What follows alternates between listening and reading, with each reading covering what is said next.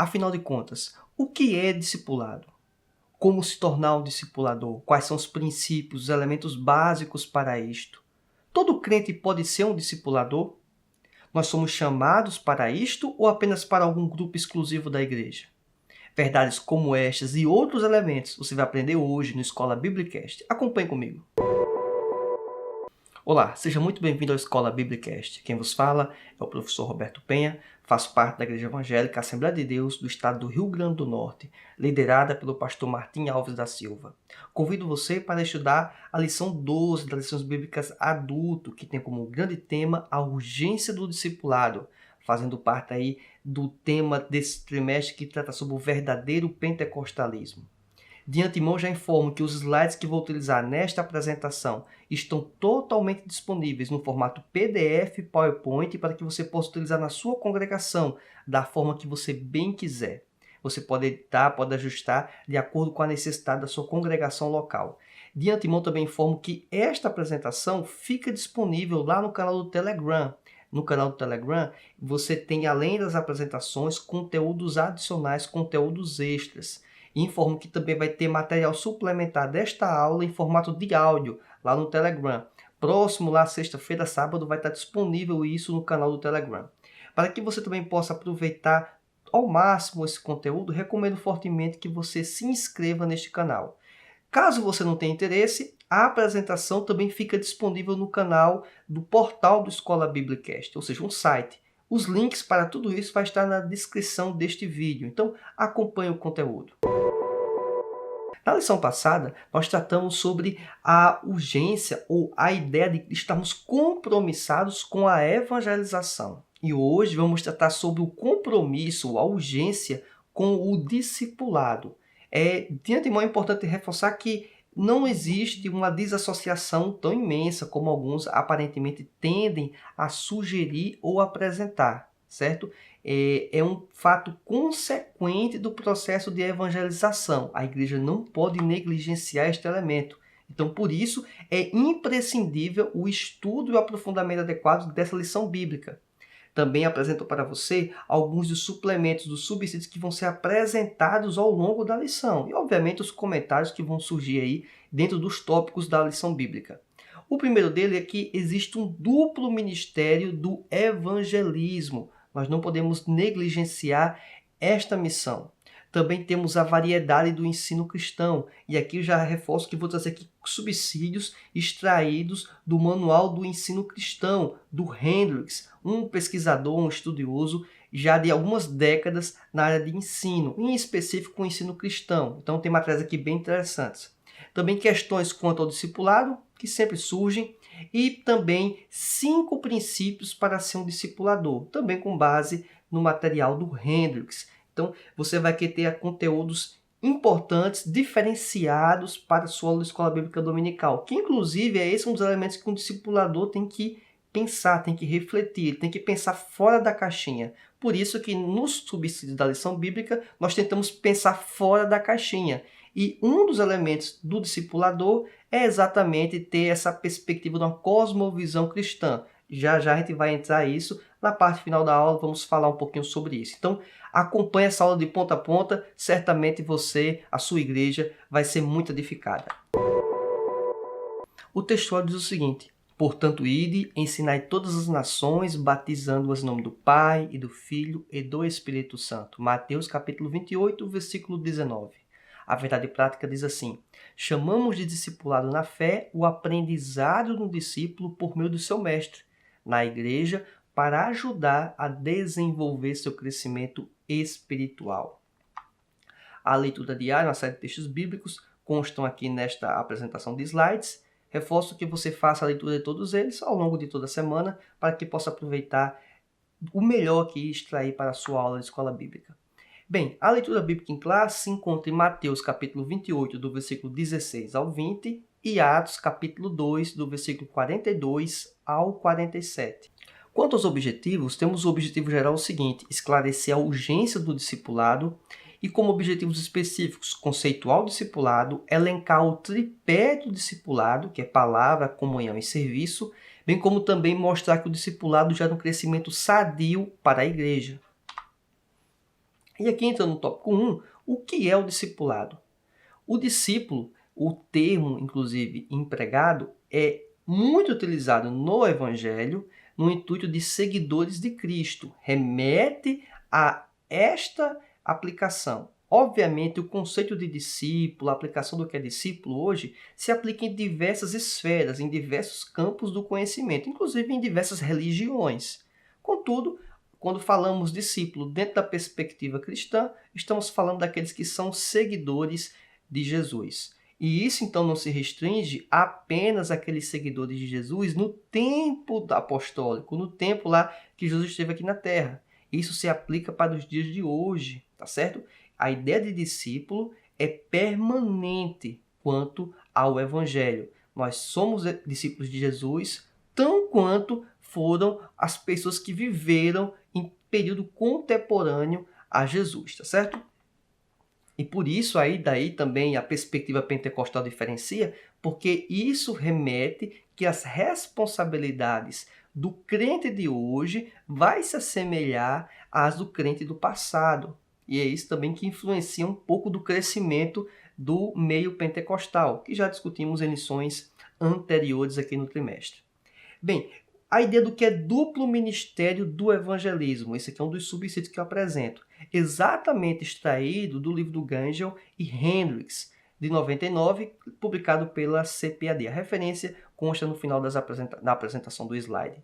Bem, o primeiro elemento, o primeiro motivo, ou o primeiro ministério para isso é chamado de evangelismo, ou salvação e batismo. Esse é o primeiro ministério. O detalhamento aqui do que podemos imaginar é que é o contato inicial com as pessoas que não conhecem o Evangelho e a inclusão delas no corpo de Cristo, ou seja, a Igreja do Senhor.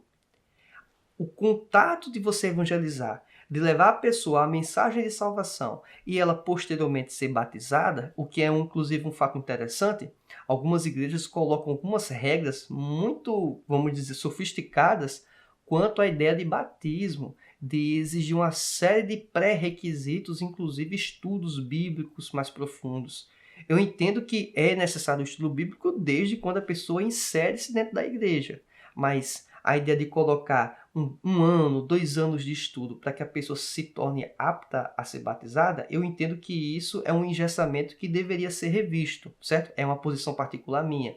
Por quê? Deveria se considerar a maturidade daquela pessoa e a decisão dela. Se a pessoa quer se batizar e você entende que ela já compreende os elementos mínimos necessários, você identifica isso, por que negar o batismo a essa pessoa? Certo? É uma coisa a refletir. A gente percebe, inclusive, no período apostólico, que as pessoas mal tinham contato com o evangelho, com a verdade, já entendiam a mensagem básica da necessidade da salvação, da ressurreição de Cristo, e aquela pessoa queria ser batizada, e aquela pessoa era batizada. Então, temos que rever um pouco desse comportamento que trazemos aqui, dessas exigências nos dias de hoje, certo? É uma reflexão. É lógico que vai ter pessoas que vão estudar 1 ano, 2 anos, e não vai entender direito a mensagem do Evangelho. Até por isso que até hoje existem seitas, heresias, pensamentos aí equivocados, exatamente pela má compreensão, tá certo? Eu imagino que boa parte é em virtude disso.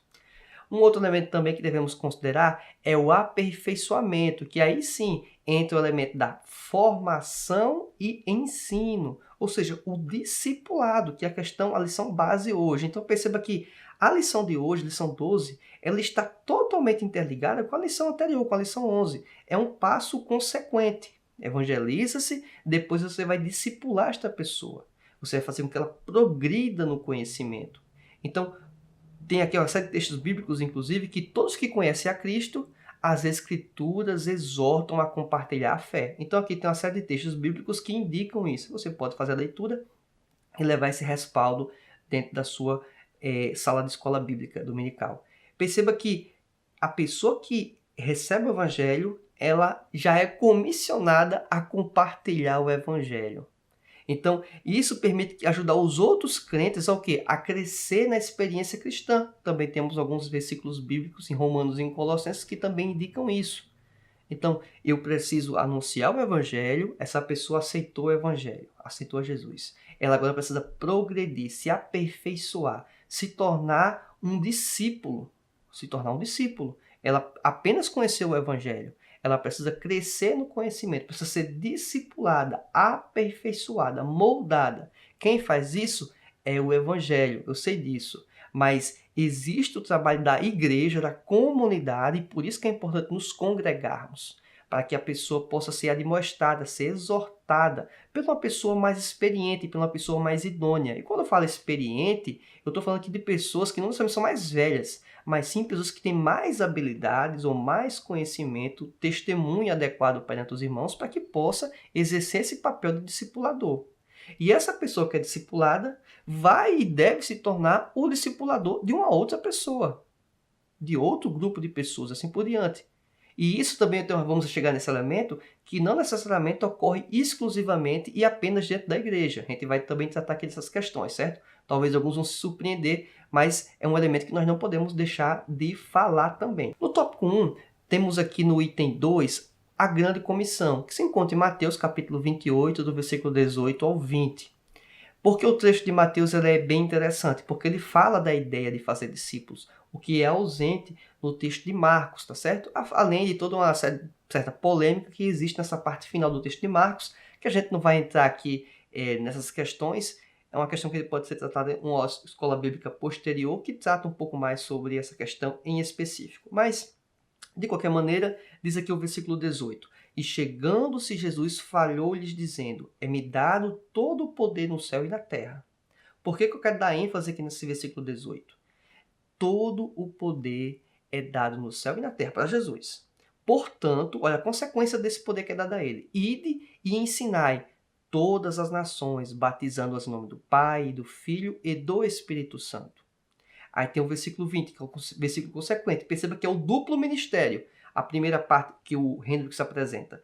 A primeira parte, a evangelização, o contato inicial, a pessoa chegar ao evangelho e ser batizada. Versículo 20, ensinando-as, a segunda parte, a guardar todas as coisas que eu vos tenho mandado. É interessante, guardar todas as coisas, um conjunto, o arcabouço cristão, aquilo que Jesus deixou como mensagem para os discípulos dele, para os apóstolos, eles tinham que replicar, repassar isso para as demais pessoas. E eis que estou convosco todos os dias, até a consumação dos séculos. E isso também nos conforta, porque ele diz que vai estar conosco durante todo esse período, até o fim dos tempos. Ou seja, a gente não vai estar desamparado nesta missão. Por isso que no versículo 18 é apresentado, portanto, é-me dado todo o poder. Olha só, é dado todo o poder no céu e na terra. Por isso, ele nos capacita, nos outorga essa missão e ele diz que não vai nos desamparar. Ou seja, essa missão não é uma missão que eu exerço, que você exerce de forma isolada, uma comunidade, uma igreja, não. É exercida com a cooperação do próprio Deus, do próprio Senhor. A mensagem é dele, é ele que nos concede a ousadia, como já bem vimos ao longo de todo esse trimestre, é ele que nos impulsiona, é ele que nos dá a orientação. O mérito não é nosso, o mérito é dele. Mas nós podemos sim nos orgulhar, de certa forma, se eu posso usar esse termo, mas sim de nos alegrarmos em saber que somos um instrumento nas mãos de Deus, participantes da obra. E isso deve ser um motivo aí de muita alegria para a comunidade, para a igreja, para mim, para você. E de certa forma, se formos pensar, você que talvez está com dificuldade do encontro presencial da Escola Bíblica Dominical, você vai estar provavelmente fazendo algum outro tipo de ferramental para que atinja esse aluno. E isso é uma forma de você pensar em como chegar no aluno, é uma forma de você ser, de certa forma, um discipulador. Você vai estar se adaptando e chegando e levando a mensagem para que aquela pessoa possa conhecer mais um pouco das Escrituras Sagradas, tá certo? Então, e Jesus está participando desse processo. Ele vai lhe dar discernimento, ele vai lhe dar sabedoria, ele vai lhe dar instrução quanto a isso também. Não apenas na aula presencial, mas também nas aulas porventura remota que você possa estar desenvolvendo ao longo desses dias. Bem, aqui um outro suplemento bem interessante, que são as variedades do ensino cristão. A gente pensa inicialmente, que é o terceiro item, inclusive aqui se você for olhar na tela, em verde, ensinando apenas na igreja. O que é, inclusive, a principal atividade, se formos pensar, da igreja, além da comunhão, é o ensino, né? Compartilhar. Então, perceba que este elemento do ensino, ele não se restringe apenas à igreja. O Hendricks, ele contribui também em apresentar outros ambientes que pode se desenvolver, inclusive o discipulado. Isso mesmo, o discipulado cristão, estou falando. Não é o discipulado do ensino convencional, do ambiente não cristão, ou do ambiente que não é religioso. Estou falando aqui do ambiente cristão. Olha só, o primeiro ambiente, o primeiro lugar mais adequado é ensinando na família. Está até que no ambiente mais está central aqui na imagem. Ensinando na família. Quem são os responsáveis pelo ensino da família? A pessoa cristã, certo? Não necessariamente é o marido, né? Tende a ser o marido se ele for cristão. Mas se for a mulher que é cristã e o marido não é, e o filho não é, então essa esposa é que vai estar instruindo a família, porque é ela que é a discípula primeira da família, ou o primeiro seguidor que tende a ter um pouco mais de conhecimento, que vai repassar para os recém-chegados na fé, ou que porventura venham se tornar membros da fé, talvez até evangelizando ainda. Então, o ambiente familiar é muito propício para isso. Então, perceba que essa hierarquia, talvez que pode se apresentar, de marido, a esposa, o filho, talvez possa ter uma inversão a depender de quem é cristão dentro desse ambiente. Então, pode ter um ambiente que o filho está ensinando, está discipulando os pais. Então, a família é um ambiente muito propício para isso, tá certo? O outro ambiente também é ensinando na escola cristã. Existe uma série de escolas que são, inclusive, confessionais, e elas têm também o papel de discipular os alunos, ou seja, os professores dentro deste ambiente se encarregam também com a função de discipuladores, de transmitir a verdade, de aperfeiçoar estes alunos. Então já chegamos aqui a falar de 3 lugares. A igreja, acho que é o ambiente mais comum, mais convencional, que você pode entender que é absolutamente necessário. Temos também o ambiente familiar, que entendo que alguns já chegariam a essa conclusão naturalmente, mas a educação dentro do ambiente de escola já talvez seja algo um pouco mais de novidade. Ensinando na comunidade é um outro ambiente muito interessante. Ou seja, pode-se abrir o espaço da própria igreja, da própria ambiente interno para a comunidade, ou seja, um ambiente externo. Os membros de um bairro, de uma comunidade, de uma cidade, podem ter contato com o evangelho. Inclusive, se você estuda já um pouco da história da Escola Bíblica Dominical, percebe que ela foi criada para atingir as pessoas que estavam à margem da sociedade, fora, ou seja, a comunidade. Estas pessoas estavam sendo discipuladas, ensinadas no Evangelho. Temos também o ensino na faculdade cristã. Aí se assemelha de forma análoga ao que mencionei quanto à educação no ambiente da escola cristã. Geralmente eu estou falando de primeiro e segundo grau, ou hoje atualmente chamado de ensino fundamental e ensino médio.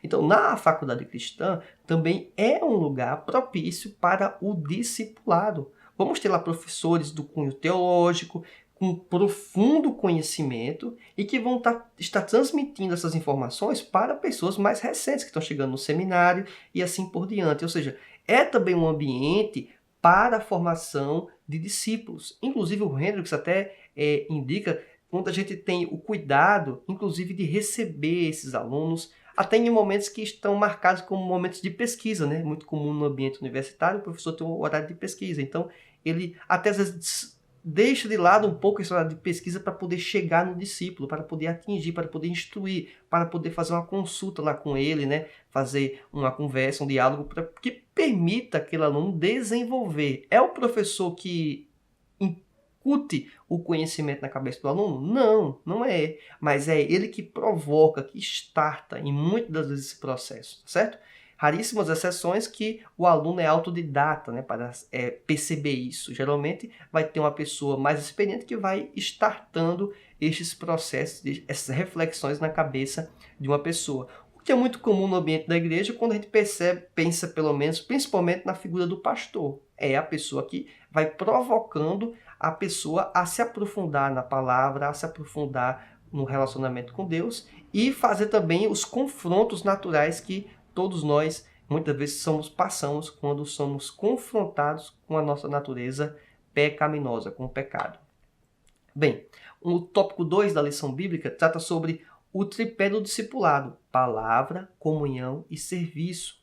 E aqui nessa imagem é muito interessante porque essas setas apresentando de um item para o outro item é porque está indicando que não existe necessariamente aqui uma sobreposição. Eles estão interrelacionados. É lógico que eu vou perceber a ideia da comunhão e do serviço porque eu tive contato primeiro com a palavra. Eu só sei que tenho que ter comunhão e serviço porque eu li a palavra, isso é óbvio. Mas no contexto de o discipulado funcionar, eu tenho que ter palavra, tenho que ter comunhão e tenho que ter serviço. E por que eu tenho que acrescentar esses demais itens? Porque se eu ficar apenas na discussão e na proposição teórica e não ter prática, isso vai ser um problema. Porque eu vou conhecer a verdade, vou conhecer a palavra, eu vou dizer o que tem que ser feito, mas quando eu vou observar a comunhão e o serviço, que são elementos práticos do conhecimento teórico que nós aprendemos com base na Escritura Sagrada, vai estar ausente. E isso cria um problema, cria uma barreira. O discipulado não vai ser completo. Então, o discipulado adequado tem que ter conhecimento teórico e prática também. E prática correta, inclusive. É só percebermos um pouco aí nos noticiários da TV o quanto de pessoas que têm um discurso diante das câmeras e quando estão fora das câmeras têm um comportamento totalmente adverso, totalmente equivocado. E quando são confrontados, geralmente vão pedir desculpas, tal, dizer que foi um erro, mas perceba que inicialmente na conduta de expor a verdade, de dizer o que é correto, até aparenta-se ser uma pessoa, digamos, até em alguns momentos parece infalível, né? Mas quando está, digamos, encoberta, ela mostra quem de fato ela é. Então, percebemos que nós temos que ter o conhecimento da verdade e demonstrarmos essa verdade. E o mais importante, o mais difícil, inclusive, é quando estamos sendo vistos e quando não estamos sendo vistos, ou pelo menos pensamos que não estamos sendo vistos, né? Porque dentro do contexto, quando está, digamos, principalmente fora da sua casa, é difícil você não estar sendo visto de alguma forma, né? Nem que seja aí por meio de câmeras. Mas vamos lá. Avançando um pouco mais aqui, quero trazer aqui com base nessa ideia de palavra, comunhão e serviço, um texto que é base para isso, está na lição bíblica, é leitura oficial, Atos capítulo 2, versículo 42 ao 47. A gente vai aqui se desbruçar um pouco sobre esse texto e fazer uma rápida reflexão. Diz assim o versículo 42: E perseveravam na doutrina dos apóstolos, e na comunhão, e no partir do pão, e nas orações. Perceba que os elementos que eu já falei de ter conhecimento teórico e prática acompanham-se, são contemplados aqui só no versículo 42. Porque eles perseveravam na doutrina dos apóstolos. Aí diz o seguinte: e na comunhão existia um relacionamento, existia um contato com eles. E no partir do pão, ou seja, não era uma comunhão apenas de dizer que é amigo, de dizer que está próximo, de dizer que vai orar. Era uma oração com prática. E no partir do pão, eles estavam inclusive nas refeições. E também, obviamente, nas orações. Versículo 43 diz o seguinte: em cada alma havia temor, e muitas maravilhas e sinais se faziam pelos apóstolos.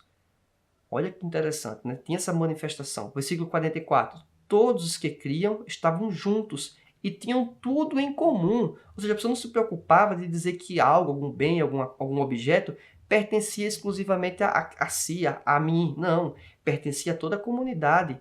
Aí o versículo 45 apresenta também essa informação. Vendiam suas propriedades e fazendas e repartiam com todos, segundo cada um tinha necessidade. Ou seja, as pessoas que tinham maiores patrimônios, patrimônio suficiente para viver e para poder ajudar os outros, o que é que eles faziam? Eles se desfaziam do patrimônio e entregavam aos pés dos apóstolos, pensavam em como levar isso para os irmãos mais necessitados da fé. É como se a pessoa não tivesse sossego, talvez mental, né, espiritual, em pensar que ele estava bem, mas o irmão em Cristo estava mal. Ele se sentia obrigado a ajudar esta pessoa. A gente faz um rápido parêntese.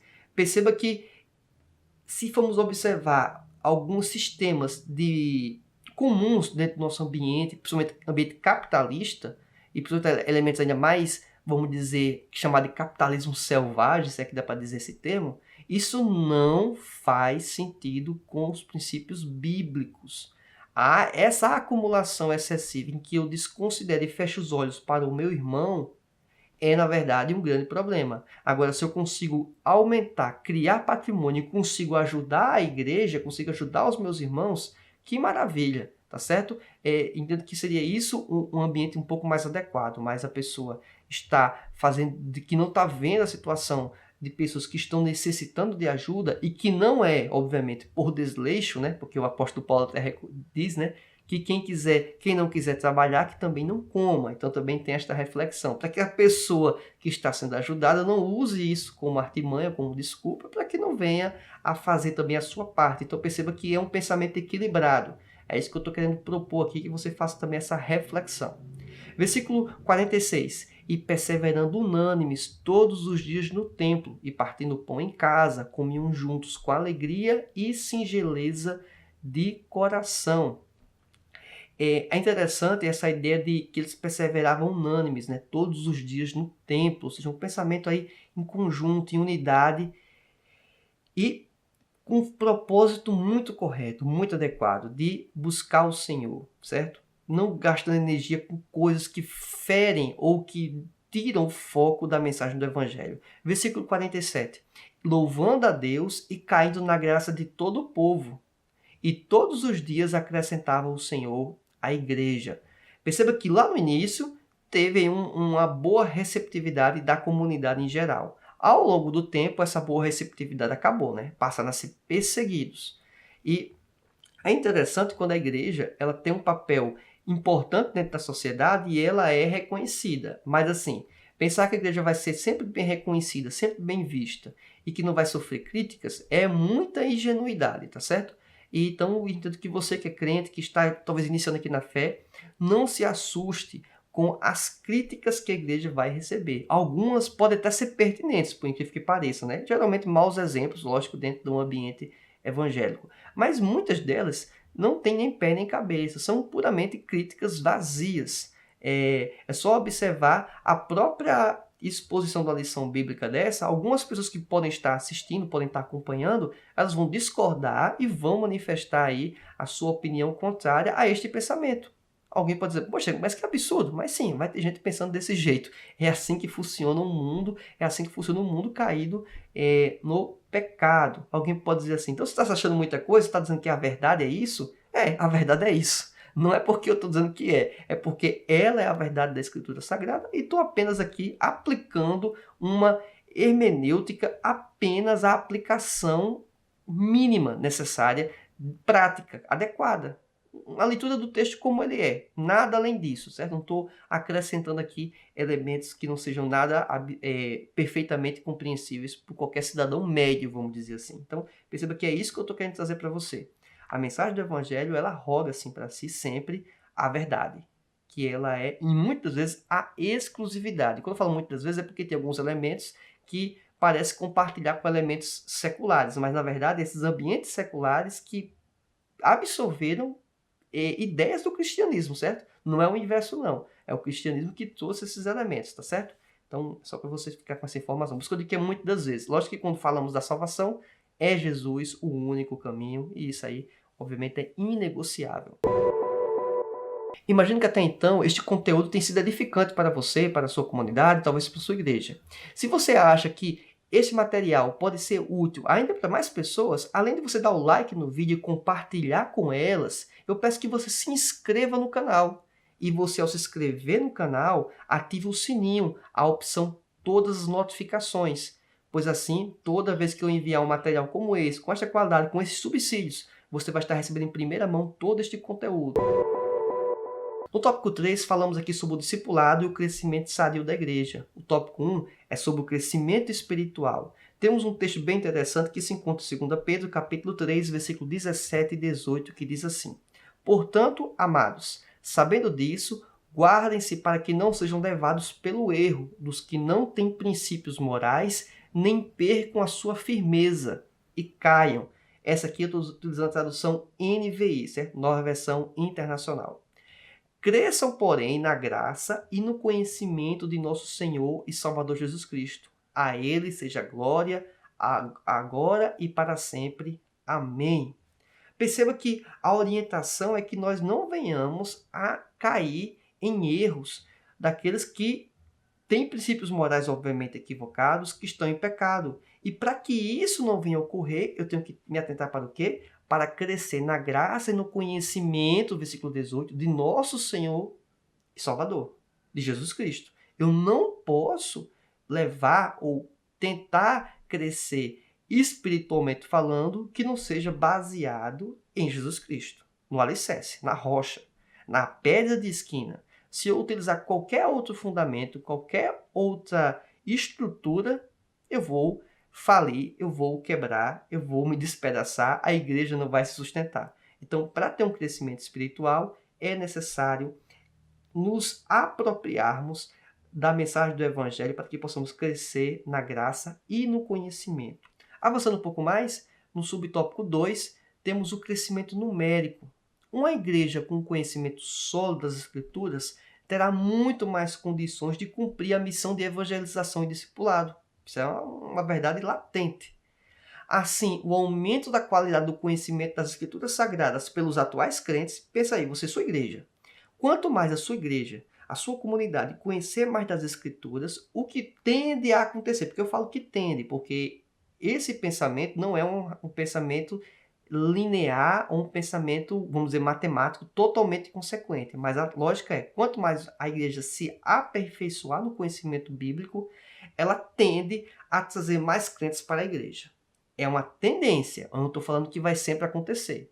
Por quê? Ao momento que você compreende mais as Escrituras, os crentes mais engajados, entendendo a missão, a obrigação, o mandamento de evangelizar e de discipular, essa igreja tende a ter resultados bem mais interessantes quanto ao crescimento numérico, agregar mais pessoas, agregar e manter. Tem algumas igrejas que talvez a quantidade de pessoas que já aceitaram a Jesus, que fizeram parte dessa congregação e saíram, talvez seja 2, 3, 4 vezes a quantidade dos que estão presentes na igreja hoje. Ou seja, a igreja pode até ser, de certa forma, aparentemente eficiente. Quando eu falo eficiente, lógico que eu sei que é a mão de Deus, mas eficiente em trazer as pessoas para dentro dela inicialmente, ou seja, na evangelização, e depois não consegue discipular. E aí perde essas pessoas. Essas pessoas ficam à mercê aí do mundo e são engolidas pelo pecado, pela falta de fé, de certa forma. Ou seja, elementos que deveriam ser incutidos, se é que dá para se fazer isso, né? Mas assim, ser apresentados de forma sistemática e constante pelos discipuladores para esses novos convertidos, ou seja, os discípulos.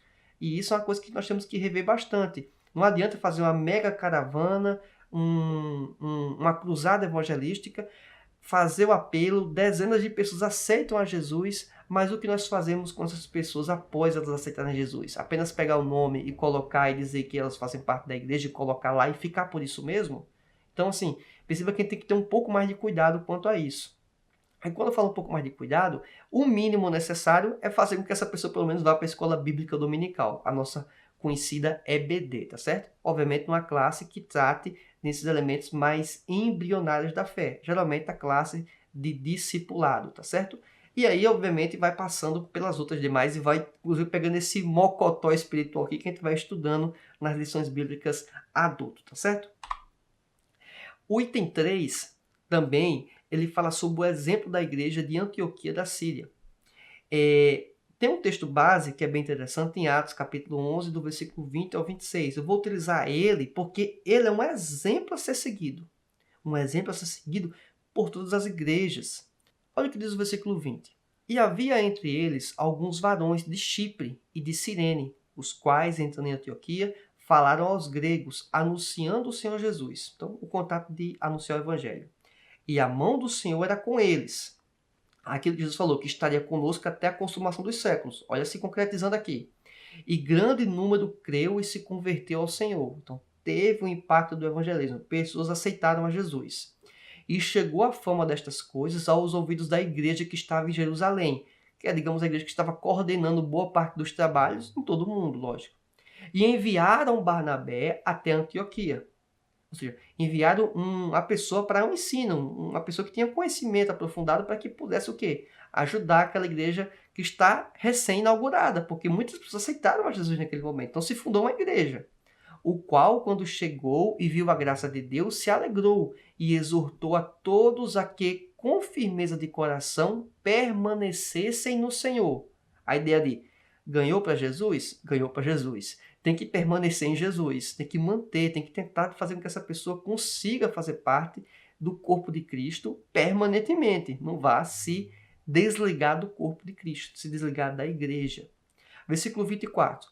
Porque era homem de bem e cheio do Espírito Santo e de fé, e muita gente se uniu ao Senhor. Versículo 25. E partiu Barnabé para Tarso a buscar Saulo, e achando-o, conduziu para Antioquia. Ou seja, Barnabé foi buscar uma outra pessoa que pudesse contribuir na obra. Olha a perspectiva dele, a visão de Barnabé, bem interessante, né? E sucedeu que todo um ano, se reuniram naquela igreja e ensinaram muita gente. Em Antioquia foram os discípulos pela primeira vez chamados cristãos. Olha que interessante, né? A ideia do discípulo ser identificado como cristão começou aqui neste momento. Mais um conhecimento aqui que nós conseguimos extrair nesta lição bíblica. Perceba que foi um ano ensinando, um ano acompanhando. Quer dizer que a regra é um ano? Não, não quer dizer que a regra é um ano. Pode ser 2, pode ser 6 meses, pode ser 9 meses, pode ser 10 meses, não sei. Mas depende muito da intensidade e do grupo que você está trabalhando. Além do grupo, também quem está sendo o discipulador. Então, perceba que é um N fatores. Na verdade, é que o discipulador é que tem que ter essa percepção até que ponto aqueles discípulos já foram suficientemente discipulados para que eles possam avançar e progredir em anunciar o Evangelho e também fazer mais discípulos, ou seja, continuar o ciclo. É discípulos fazendo mais discípulos. E aqui eu apresento o terceiro subsídio, que são questões quanto ao discipulado. E a primeira delas, né, que muita gente pergunta, ganhar almas e formar discípulos também é para cristãos leigos? E quando eu falo ganhar alma, formar discípulos, a gente sabe que é com a mão, é a intervenção de Deus sempre. Estou aqui falando na perspectiva humana, aquilo que está visível. A resposta para isso é sim. Temos aqui Áquila e Priscila, que eram leigos e que pregavam o evangelho. Você pode ver essa descrição em Atos capítulo 18. Mesmo eles tendo uma função, uma profissão, que eram o quê? Fabricantes de tendas. Atos capítulo 18, versículo 3. Só abro um parêntese aqui, né? Coloquei como vale ressaltar que só pode ensinar aquela pessoa que possui o mínimo de conhecimento das Escrituras. Ou seja, não pode uma pessoa recém-convertida que está conhecendo agora o Evangelho, ela ser um discipulador. Ela pode até testemunhar, que é uma coisa um pouco diferente. Mas discipular a pessoa, se ela está aprendendo ainda os conceitos básicos da fé, não tem uma condição mínima necessária. Eu sei que alguns irmãos fazem isso, digamos, na raça, na fé, né? Mas não é a ideia mais, vamos dizer, espera-se um resultado positivo nesse sentido. Contudo, isso não quer dizer que para fazer isso tem que ter um curso teológico, um seminário, nível básico, médio, avançado. Não, você fazendo uma escola bíblica dominical, o aluno de escola bíblica dominical, que entende o que está estudando, que está estudando aqui as verdades centrais do verdadeiro pentecostalismo, o tema desse trimestre. Se o aluno compreender estas verdades deste tema aqui, eu entendo que ele tem condições, sim, de anunciar e de passar para outras pessoas a verdade, o evangelho, tá certo? É lógico que vai ter pessoas com vários níveis distintos. Não está pensando sempre buscar o nível máximo, não, a discussão não é essa, mas é pensar nestes elementos, tá certo? Um outro ponto também é, todo professor de EBD é um discipulador? É uma questão que pode aparecer. Não, todo professor de EBD não é um discipulador. Isso pode assustar alguns, porque pensar que apenas ensinar ou ensinar, né? Apenas ensinar, na verdade, não é apenas, né? É muita coisa. Mas a pessoa pensar que exclusivamente ensinar é discipular é uma falta de conhecimento da ideia do que é discipular, do contexto bíblico. Inclusive até em algumas esferas que não são bíblicas. Contudo, o professor, por mais que de EBD que ele não seja um discipulador, ele tem potencial para isso. Por quê? Olha só o que é interessante. Ele tem audiência. O que é audiência? A pessoa está desejosa ou com interesse de aprender. Está lá, está sentada para ouvir. Isso acontece geralmente pelo menos uma vez na semana na escola bíblica dominical. E, consequentemente, pode até ocorrer em alguns outros momentos de estudo, pregações, ensinamentos, outros eventos que a igreja pode, inclusive, proporcionar. Geralmente, também, ele é visto como uma fonte de verdade e um guia para se relacionar com ela. Então, o aluno enxerga isso no professor, então cria também mais uma perspectiva de esperança que este professor possa usar este relativo poder que ele tem, obviamente, para apresentar a verdade. E também ele tende a possuir um maior conhecimento e experiência nas escrituras. Então esse conhecimento e experiência também o credencia para isso. Então perceba que o professor de EBD por si só, ele não é um discipulador, mas ele se credencia para tal por esses fatores aqui apresentados. Aí quando formos entrar agora no próximo subsídio, eu vou apresentar aqui para você os 5 princípios para ser um discipulador.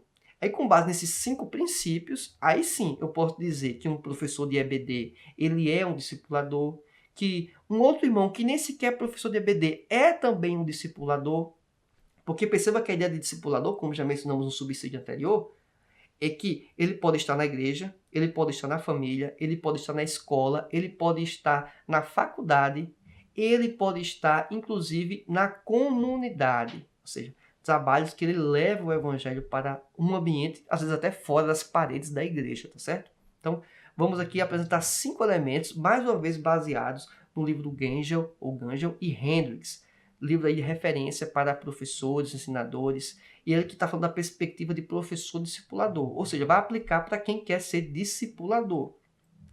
O primeiro elemento que ele apresenta é a consagração. Todo discipulador ele tem que ser visto como uma espécie de pastor, como se tratar como fosse um pastor. Não um pastor exatamente consagrado, ou um pastor líder religioso ou líder de uma congregação. Não estou falando nesse sentido, mas o discipulador como pastor. Aquele que se doa pelos discipulados, que deve inspirar os alunos por meio do seu comportamento, por meio de sua vida, uma vida consagrada, certo? Com a devoção, tal, esses elementos. Outro elemento também é o afeto, o discipulador como amigo. Não devemos permitir que a admiração pelo conhecimento, capacidade e experiência do discipulador crie uma barreira para o relacionamento. De forma alguma isso pode acontecer.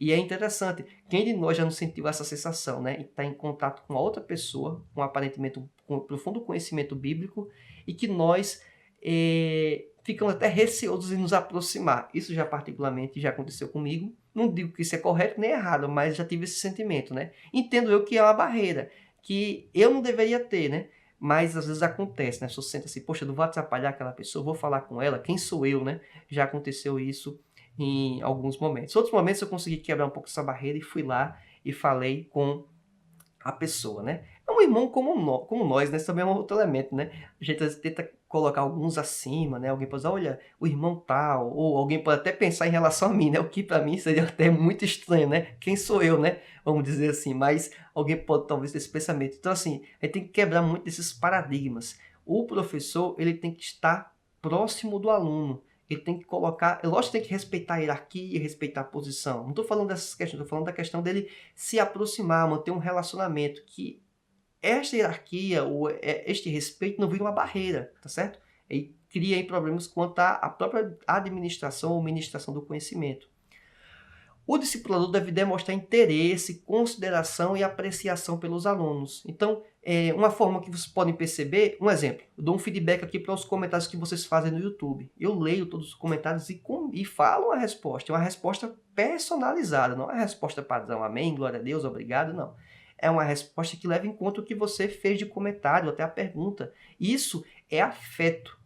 Isso é dedicar tempo, isso é dedicar atenção. Eu estou falando isso porque eu me julgo, não. Eu estou simplesmente fazendo aquilo que eu estou ensinando, ou seja, eu estou tentando seguir aquilo que estou ministrando, né? Então, não estou fazendo, na minha percepção, nada além do que seria a minha obrigação, já que eu estou me prestando a ser um professor e penso eu, pelo menos estou tentando ser, um discipulador também, dentro do que é possível. Lógico, obviamente, eu trabalho num ambiente online e com pessoas que nem sequer fazem parte da minha congregação local. Então, é só para contextualizar isso. O que você pode replicar, obviamente, em sua congregação local.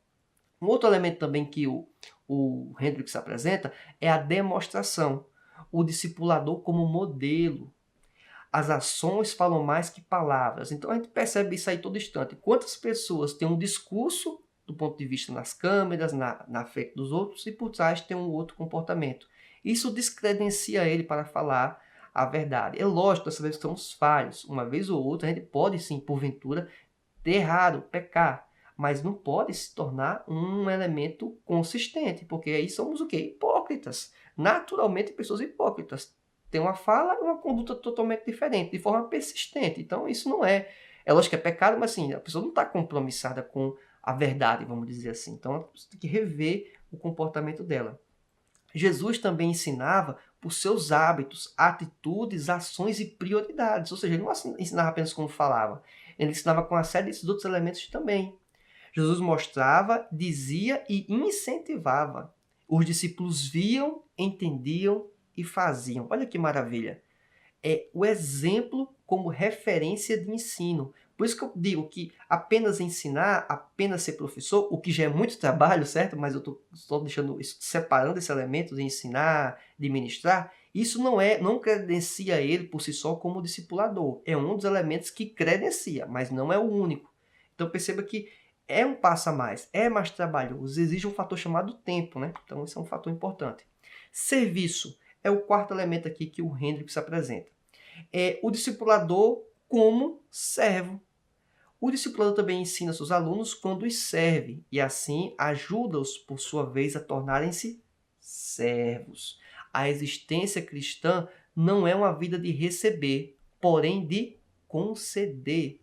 Devemos deixar de lado os nossos desejos a fim de satisfazer a necessidade dos outros. Quantos de nós temos a sensação que é melhor receber do que, na verdade, conceder, né? Do que fazer?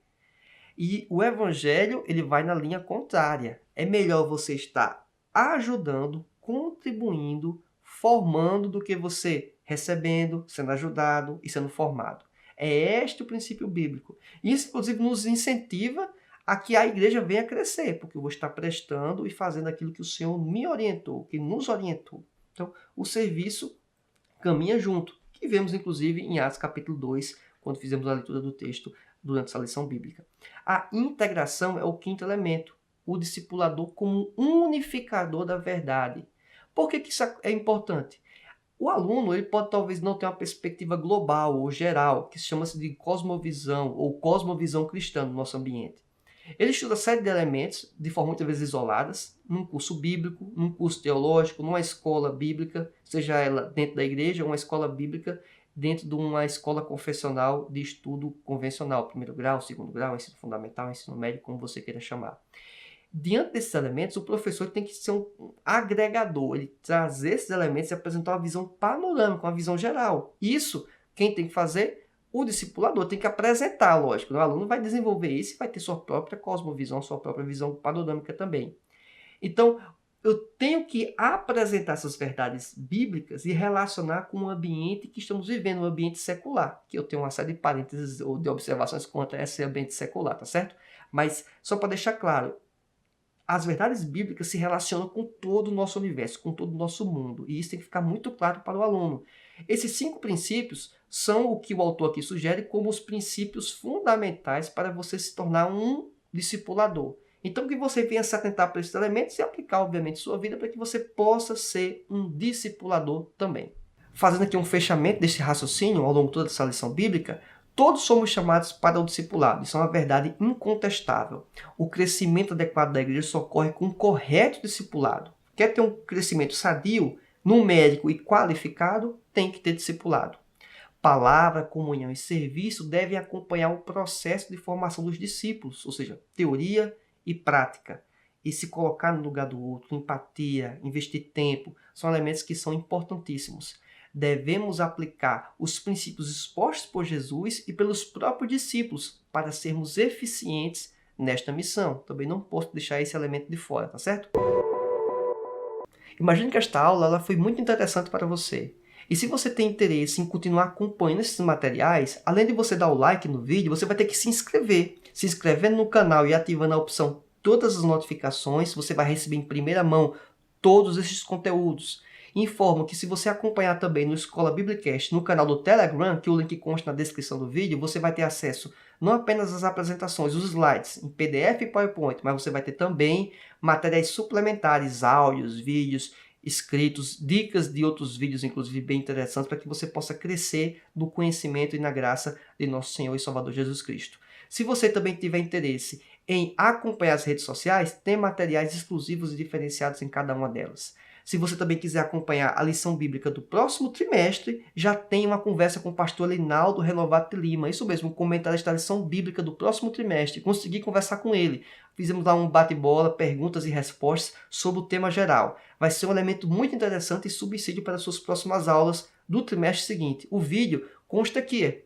Você clicando neste link, você vai estar assistindo esse vídeo.